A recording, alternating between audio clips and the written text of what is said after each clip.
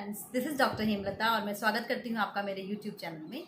Friends, आज हम बात करेंगे विटामिन डी के बारे में। विटामिन डी हमारी बॉडी में उसका क्या रोल है, वो उसके साइन एंड सिम्टम डेफिशिएंसी की वजह से कौन से होते हैं, कौन से फूड सोर्सेज हैं जिसमें विटामिन डी बहुत ज़्यादा होता है और डेली रिकमेंडेशन विटामिन डी की कितनी होती है। तो बने रहिए मेरे साथ और मैं आपको बताऊँगी विटामिन डी के बारे में। तो फ्रेंड्स, अब बात करते हैं विटामिन डी के बारे में। विटामिन डी, जैसा कि आप सब जानते हैं, एक फैट सॉल्युबल विटामिन है जो कि कुछ खाद्य पदार्थों में पाया जाता है और इसको हम फूड सप्लीमेंट, डाइट सप्लीमेंट के रूप में भी ले सकते हैं। और सबसे ज़्यादा हमें विटामिन डी मिलता है सन की लाइट से, जिसमें कि हमारी जो स्किन है उसमें इटसेल्फ ही विटामिन डी की सिंथेसिस जो है वो शुरू हो जाती है। विटामिन डी के फंक्शंस की बात करें तो विटामिन डी सबसे पहला जो मेन इंपॉर्टेंट फंक्शन होता है वो होता है कि कैल्शियम और फास्फोरस की एब्जॉर्प्शन के लिए विटामिन डी बहुत ही ज़्यादा इंपॉर्टेंट होता है, जिससे कि हमारी जो बोन्स है वो बहुत ही ज़्यादा स्ट्रांग हो जाती हैं और हमारे दांतों की मजबूती के लिए भी विटामिन डी जो है वो बहुत ही अच्छा रोल प्ले करता है।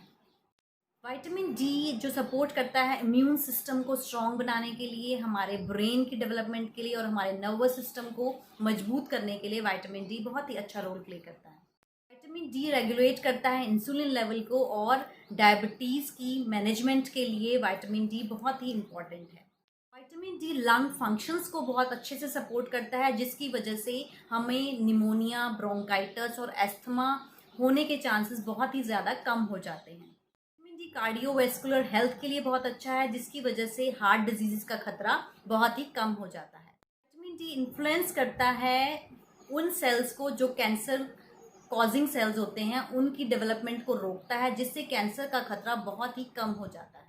विटामिन डी हेल्प करता है बच्चों की नॉर्मल ग्रोथ के लिए और डेवलपमेंट ऑफ बोन्स के लिए, जिसकी वजह से बच्चों में रिकेट्स का खतरा बहुत कम हो जाता है और बड़ों में ऑस्टियोमलेशिया का खतरा बहुत कम हो जाता है, जिसमें कि जो हड्डियां हैं वो बहुत ज़्यादा सॉफ्ट हो जाती हैं और हड्डियों की जो डेवलपमेंट है वो मिसशेपन हो जाती है, लाइक उनकी शेप बिगड़ जाती है। तो उनको बचाने के लिए, हड्डियों को मजबूत करने के लिए विटामिन डी बहुत ही अच्छा रोल प्ले करता है। विटामिन डी जो है वो एंजाइटी और डिप्रेशन को बहुत ही कम कर देता है। विटामिन डी हमें हमारा वेट लूज़ करने में भी बहुत ज़्यादा हेल्प करता है और हार्ट में कोलेस्ट्रॉल लेवल को मेंटेन रखता है। विटामिन डी की डेफिशिएंसी से जो सिम्टम्स होते हैं, अगर हम उनकी बात करें तो सबसे पहला सिम्टम्स है कि जल्दी जल्दी अगर आप बीमार होते हैं, अगर आपको बहुत जल्दी कफ हो जाता है, अगर आपको ब्रोंकाइटिस होता है हर सीज़न में, या आपको बहुत ज़्यादा निमोनिया की शिकायत रहती है, तो उन केसेस में विटामिन डी की डेफिशिएंसी हो सकती है। और फटीग, अगर आपको बहुत ज़्यादा फटीग रहती है, अगर आप बहुत ज़्यादा थक जाते हैं, अगर आपको बहुत ज़्यादा वीकनेस फील होती है और आपको रेगुलर हेडेक रहता है, तो वो भी विटामिन डी की कमी का एक सिम्टम हो सकता है। अगले सिम्टम की बात करें, अगर हमें बहुत ज़्यादा कमर में दर्द रहती है और अगर हम बहुत ज़्यादा बैठे रहते हैं और फिर हमें खड़ा होना पड़ता है तो हमारी कमर में बहुत ज़्यादा दर्द हो और चलते समय हमारे घुटनों में पेन हो, स्पेशली अगर हम स्टेयर्स चढ़ते हैं, सीढ़ियाँ चढ़ते समय हमारे घुटनों में पेन हो या हमारे मसल्स में पेन हो, तो वो विटामिन डी की डेफिशिएंसी का कारण हो सकता है। अगर आपको बहुत ज़्यादा डिप्रेशन रहता है, अगर आपका मूड हमेशा ही ख़राब रहता है, अगर आपको बहुत ज़्यादा गुस्सा आता है, बहुत ज़्यादा चिड़चिड़ापन आता है, तो हो सकता है आपको विटामिन डी की डेफिशिएंसी हो। अगर आपके शरीर में कहीं भी ज़ख्म हो जाए, अगर आपके शरीर में कहीं चोट लग जाए और वो ज़ख्म जो है वो जल्दी से भरता नहीं है, या आपने सर्जरी कराई हो, उसके बाद आपके ज़ख्मों में बार बार इन्फेक्शन हो जाता है और ज़ख्म जल्दी से ठीक नहीं होते हैं, तो वो भी विटामिन डी की कमी उसका एक कारण हो सकती है। अगर हम बुज़ुर्गों की बात करें, अगर उनको बहुत जल्दी जल्दी फ्रैक्चर हो रहे हों, उनको बहुत ज़्यादा बोन लॉस, इसको अगर हम एक्सरे करवाते हैं तो उसमें ऑस्टियोपोरोसिस आ रहा हो, जिसमें कि जो हड्डियां होती हैं वो खोखली हो जाती हैं अंदर से, तो वो भी एक सिम्टम हो सकता है कि विटामिन डी की डेफिशिएंसी हो उन्हें। अगर आपको हेयर लॉस हो रहा हो, आपके बाल बहुत ज़्यादा झड़ रहे हों और स्पेशली फीमेल्स में अगर एलोपेशिया एरिएटा हो, तो हम कह सकते हैं कि विटामिन डी डेफिशिएंसी भी उसका एक कारण हो सकती है। अगर आपको बहुत ज़्यादा पसीना आता हो, स्पेशली अगर आपको सिर में बहुत ज़्यादा पसीना आता हो, तो वो भी एक सिम्टम हो सकता है विटामिन डी की डेफिशिएंसी का। फ्रेंड्स, अब हम बात करते हैं विटामिन डी के सोर्सेज का। तो जो विटामिन डी है वो हमें वेजिटेबल सोर्सेज होते हैं उसके, एनिमल सोर्सेज होते हैं और सनलाइट है। अगर हम वेजिटेबल सोर्सेज की बात करें तो सिर्फ ये मशरूम में पाया जाता है, स्पेशली वो मशरूम जो कि धूप में उगाए गए हों, ताकि उनमें अल्ट्रावायलेट रेज जो सन की पड़ी हों, तो उनमें सिर्फ पाया जाता है। और उसमें जो विटामिन डी पाया जाता है उसको हम D2 फॉर्म में मिलता है वो। जबकि जो विटामिन जो हमें एनिमल प्रोडक्ट से मिलता है, स्पेशली फैटी फिश या सालमन मछली, और हमें ये मिल सकता है चीज़ में जो कि फोर्टिफाइड किया हो, मिल्क में जो फोर्टिफाइड मिल्क हो जिसमें विटामिन ए और डी जो है फोर्टिफाइड किए जाते हैं, या इसके अलावा कुछ सीरियल्स भी आजकल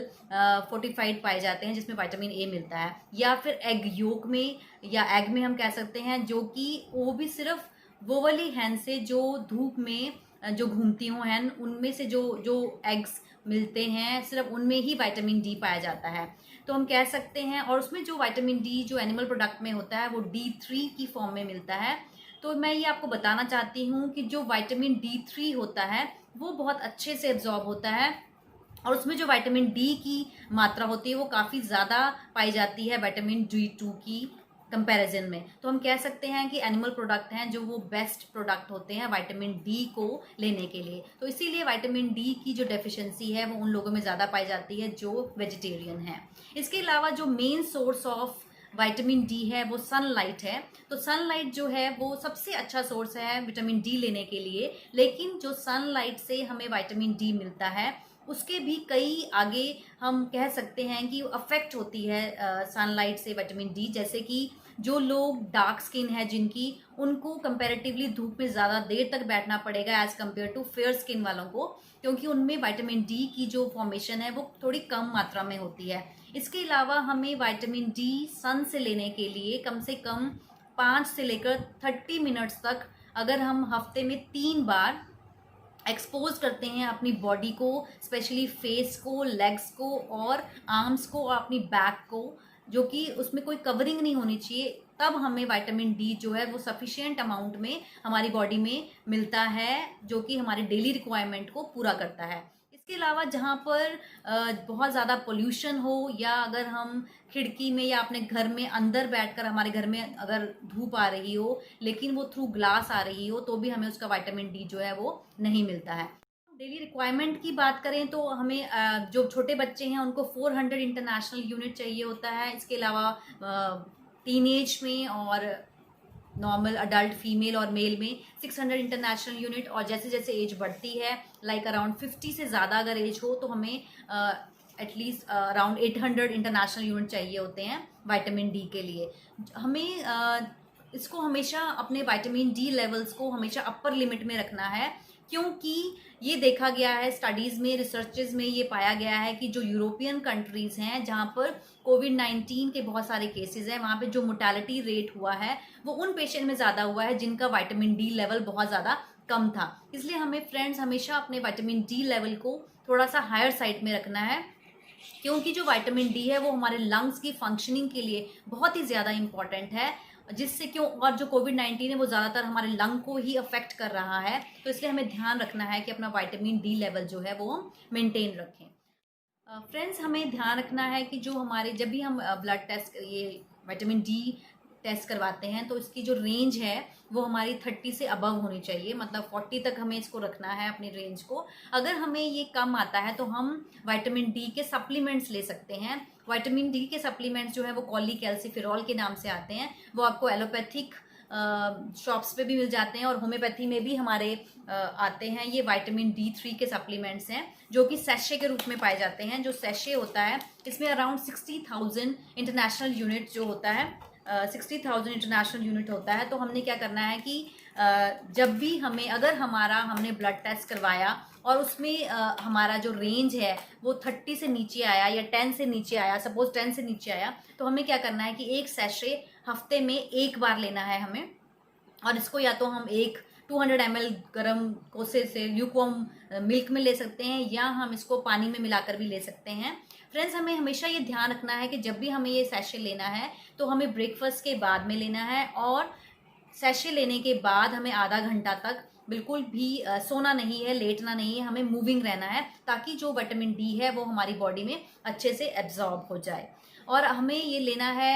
हफ्ता 1 वीक में एक बार, कंटिन्यू हमें 6 वीक्स लेना है। इससे हमारी जो विटामिन डी की जो डेफिशिएंसी है वो आपकी पूरी हो जाएगी। उसके बाद हमें मेंटेनिंग डोज लेनी है, हाँ, महीने में एक बार। हमें एक डे चूज कर लेना है महीने में और उसको हमेशा महीने में एक बार लेना है, और इस तरह से हम अपने विटामिन डी लेवल को मेंटेन कर सकते हैं। तो फ्रेंड्स, आपने बहुत ज़्यादा ध्यान रखना है कि विटामिन डी लेवल जो है वो हमारा कम ना हो। तो अगर आपको ये विटामिन डी की जो मेरी इन्फॉर्मेशन है अगर आपको अच्छी लगी तो आप इसको प्लीज़ लाइक और शेयर जरूर कीजिएगा, और अगर आप मेरे चैनल पर नए हैं तो आप इसे सब्सक्राइब जरूर कीजिए, और अपना ध्यान रखिए, घर पे रहिए, stay safe, healthy and enjoy your life. Thank you so much.